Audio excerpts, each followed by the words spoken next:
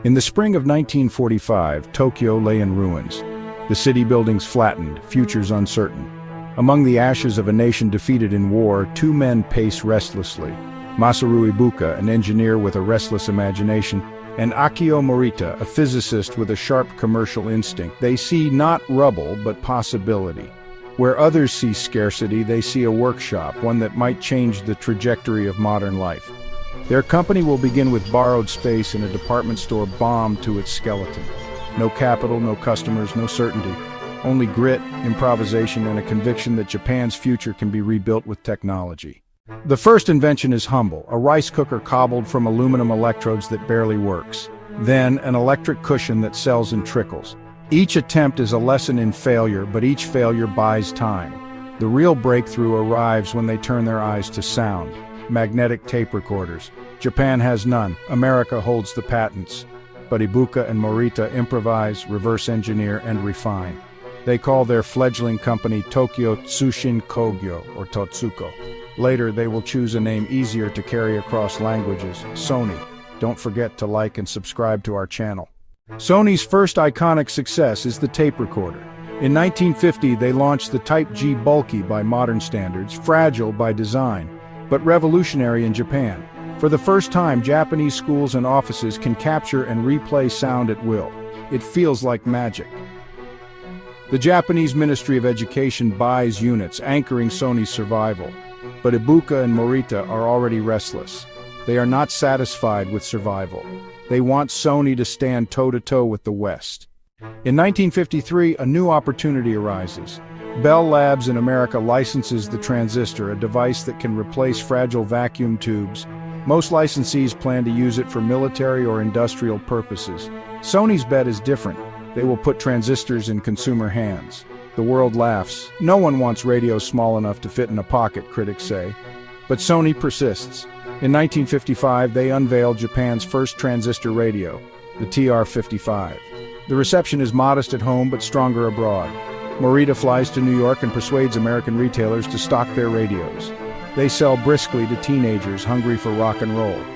It is the beginning of Sony's global identity, a Japanese company that does not follow, it redefines. Every great company has a defining leap. For Sony, it is the Walkman.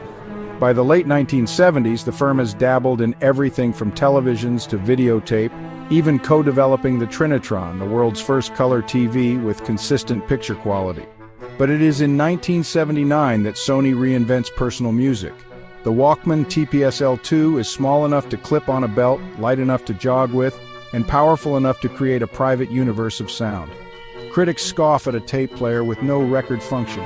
Consumers fall in love with the freedom. Soon every teenager, commuter, and traveler craves a Walkman. The word itself becomes shorthand for portable music. Sony is no longer just an electronics firm, it is a cultural force. Behind every iconic product lies a philosophy.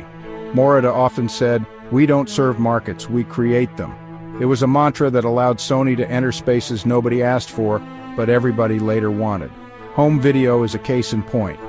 In 1975, Sony introduced Betamax, the first home video cassette recorder. Technologically superior to JVC's VHS, Betamax boasted sharper images and better build quality.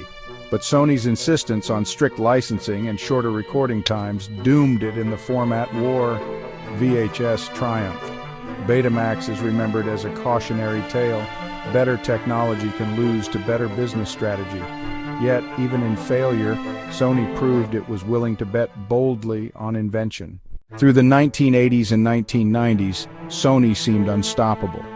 Compact discs, co-developed with Philips, became the standard for music. Sony pushed into movies with the acquisition of Columbia Pictures in 1989, and into gaming with the PlayStation in 1994. The PlayStation was born of rejection.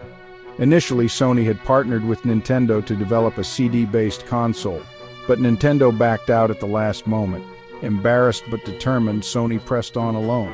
The result, a console that would sell more than 100 million units, eclipse rivals, and establish Sony as a powerhouse in interactive entertainment. Gaming, once dismissed as a toy industry, became one of Sony's most profitable empires. Sony's rise wasn't without turbulence. The Columbia Pictures acquisition nearly bankrupted them, plagued by mismanagement and box office flops. The company struggled with internal divisions, engineers chasing elegant hardware, marketers chasing mass markets, executives spread across electronics, media, and finance. Yet time and again, the company rebounded. The PlayStation 2 became the best-selling console in history. Sony's Handycam redefined home video. Their cameras captured everything from family vacations to Oscar-winning films. Still, the 2000s revealed cracks. The Walkman lost to Apple's iPod. Sony's proprietary formats, from minidisc to memory stick, floundered. The smartphone era caught Sony flat-footed. Competitors like Samsung, Apple, and Microsoft outpaced them. The company that once taught the world to crave portable music now seemed unable to anticipate the next wave. Analysts whispered, had Sony lost its magic? Yet the DNA of resilience remained. In the 2010s, under CEO Kazuo Hirai, Sony restructured. They focused on imaging sensors, PlayStation, and professional electronics. Today, Sony cameras dominate smartphones, their sensors embedded in nearly every major brand's flagship.